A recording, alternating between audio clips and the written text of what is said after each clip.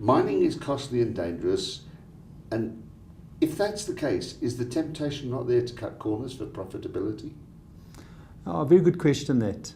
What I've found in my experience is that unfortunately people only seem to comply once there's punitive measures that are in place. If I look at, for instance, health and safety in the general industry in the country that comes under the governance of the Department of Labour, there isn't that much regulation and inspectors that drive the process compared to the mining industry. So the mining industry, every single mining license has an inspector appointed. So every single mine in this country is very, very strictly monitored. There is a culture that's changed in that they work together with labour, with unions, and the safety is a very, very important element. The man in the street sees the union as an interfering force at the moment. Now, I know there are many that feel, from a social point of view, there has to be an advancement. But there are very, very many people who see COSATU as the biggest enemy this country's got at the moment. Now, with that in mind and what you just said, with the unions pushing for better things all the time, doesn't that make healthcare exceedingly expensive to the employee? It's a good question.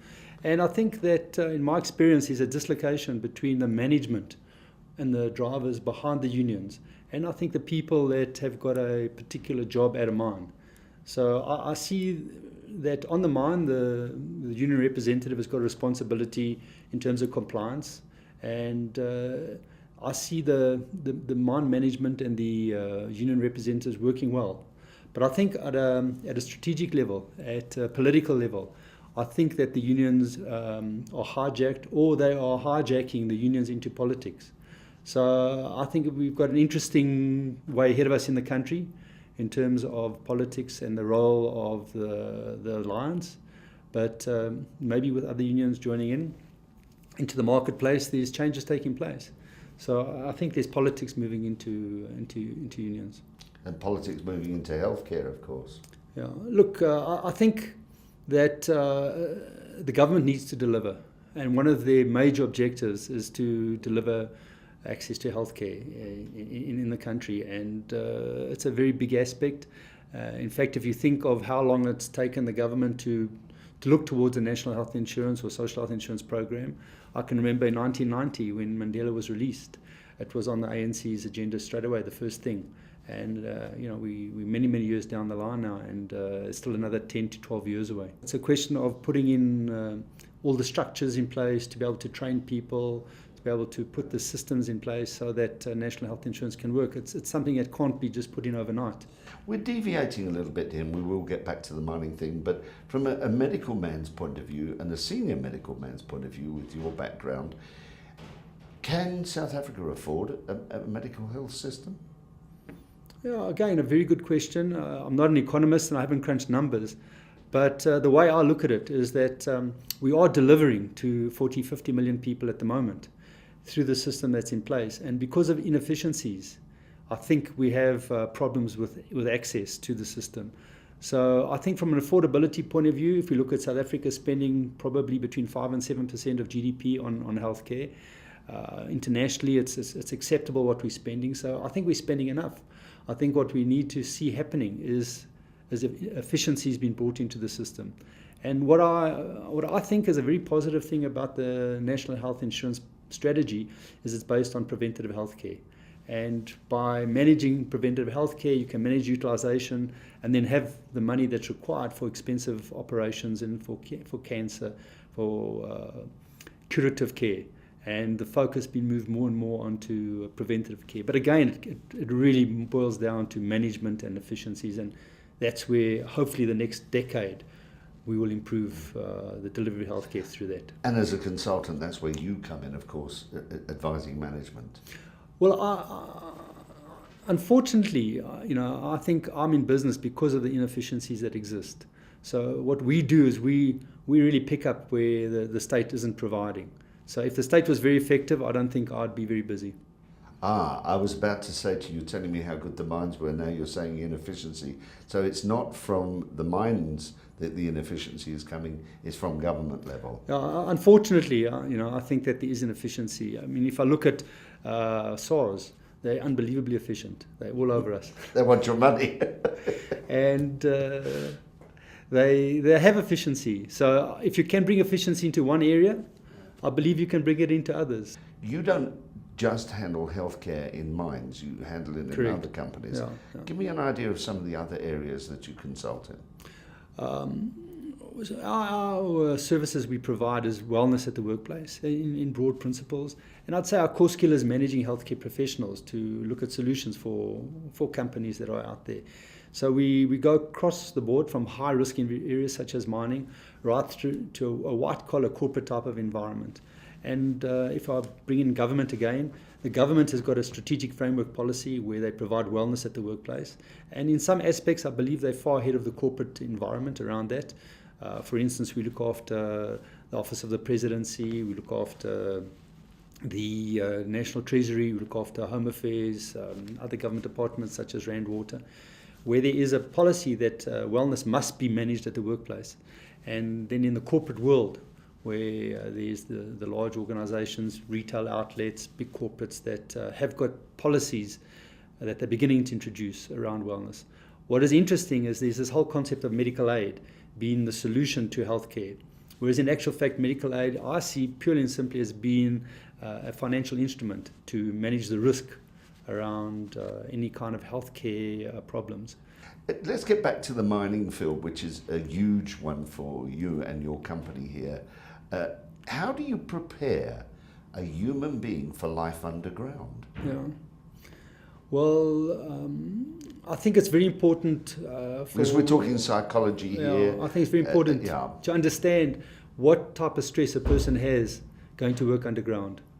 And one of the things that we provide our clients is an assistance program looking at the psychosocial elements that come into working. It's very different for guys like you and I that'll get in a car, drive to work, and then go to office. At a mine, people go underground. They get into a lift, they go down a shaft. It might take them 45 minutes to get to when they start working. The conditions that they work under are very risky, are very stressful, and there has to be massive amounts of discipline. There has to be teamwork together, that they can trust each other, that when somebody says something is safe, that they know it's 100% safe. And if something goes wrong, that all systems work around that. So there definitely is a massive psychological impact in terms of being a miner. And if you look at the health and wellness of people in the mining industry, the focus is not only on the physical wellness, but also looking at the psychosocial wellness, that people can be prepared. So it's very important. One of the elements that we play as service providers in the healthcare sector, when somebody's employed in a mine, is the pre-employment medical examination. And there's a defined code of practice of standards that a person needs to comply with to be able to be fit to work. So it's not only the fact that his blood pressure must be the right area and his chest must be fine, but also to be able to understand what kind of stresses they're going to be being faced with when work underground. Another big risk that we talk about in the mining industry, and you're very keen on the preventative side of medicine, how do you prevent lung diseases when you're working in an area that is very dusty, and if it's a coal mine or an asbestos mine that used to exist in the old days, it must have been almost impossible. Yeah, big risk and big problem. And education is critical. So it starts with management, so that people can understand that you need to be able to comply with your personal protective equipment. So you have to measure the environment the whole time, and you need to be able to map out where the risks are. So you start off by doing baseline examinations, checking a person's lung function, doing x-rays, and then monitoring them as they're exposed to the environment. How frequently? Well, on an annual basis, unless somebody has got a risk that's added to that, and you might need to monitor them more regularly. Are we talking about TB here? Well, TB is an indirect problem in terms of workplace diseases. So when you've got stressed lungs, and you're more susceptible to be able to be infected by TB. We've looked at the health dangers here, but there is a health danger, of course, that exists in every mining facility in the world, whether it's open cast or underground, and that is one of explosives. Now, we all know there's been some terrible accidents, but in Canada, in Quebec, they're experimenting with Yes. something extremely different from the yeah. gunpowder and explosives. Yeah. This is early work that's been done. We've picked up on where there's electrical currents that are used to be able to look at stress fractures into rocks that are able to really break up the larger rocks, so they don't have to go through a dynamite process. I think this is something that's still early in its development, and I'm sure there are other technologies that could be used around that. But all I can tell you is that the risk of explosives is a very, very big problem. And in fact, some of the mines that I work in, they only blast when everybody's out from underground. So it's very strictly controlled. But they need to look at technology. And also another element is to be able to look at robotic mining. So it's. But isn't that going to put labour out of? There's a risk of that. I think that's the risk. We were talking earlier on about the issues of unions and being politicised. That I think if miners find that they can't mine under political circumstances, money will be invested in research to be able to reduce labour. So I think that the union leaders need to be able to look at a balanced approach towards the next 10 years, and where money will be put into drilling for more mines, or will be put into research for unmanned vehicles. Having said all of this, I've got to ask you the very obvious question, which is a bit of a loaded one. Is there a working lifespan when you're underground? There's got to be a point where you should give it up before your odds are against you. Yeah. Look, I think in days gone by, I think there was definitely a limited lifespan that people had because they didn't hear so good, they didn't breathe so good, and the environment really reduced their lifespan. But what I'm seeing is that if systems are in place and there's proper monitoring of people's health conditions and there's proper management of risk underground, then there shouldn't be a limited lifespan. There shouldn't be anybody in a mining environment having an occupational disease. So people shouldn't go deaf from working underground. People shouldn't have what's known as typhus or any kind of lung disease from mining underground, because preventive measures are in place and it's been well managed. So I would say that there should be a massive difference between mining today and mining maybe 30 years ago, where people should not in any way become ill from working in that environment. And if I talk about efficiencies in government, I definitely see massive efficiencies of the inspectors that are responsible for the mines. They are all over the miners like a rash. Let's finish up on the basis of the workplace in general and your views on how forward-thinking we are in South Africa compared to A, the rest of the world, and B, with that union idea in mind as well that we've discussed, where are we? Well, I think possibly our corporates might be lagging a little bit. I think it goes back to the culture of, well, I'm giving you medical aid and you must look after your own health.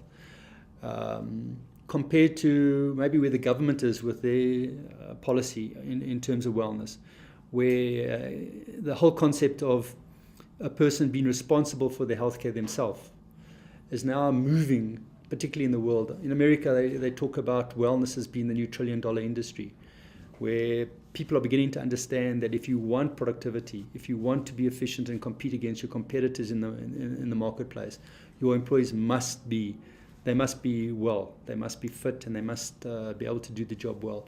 And it actually requires a paternalistic approach. You need to take your employees by the hand, and the whole concept of taking a horse to water, making him drink is different. I think you need to be able to educate people, you'd be able to facilitate the whole process.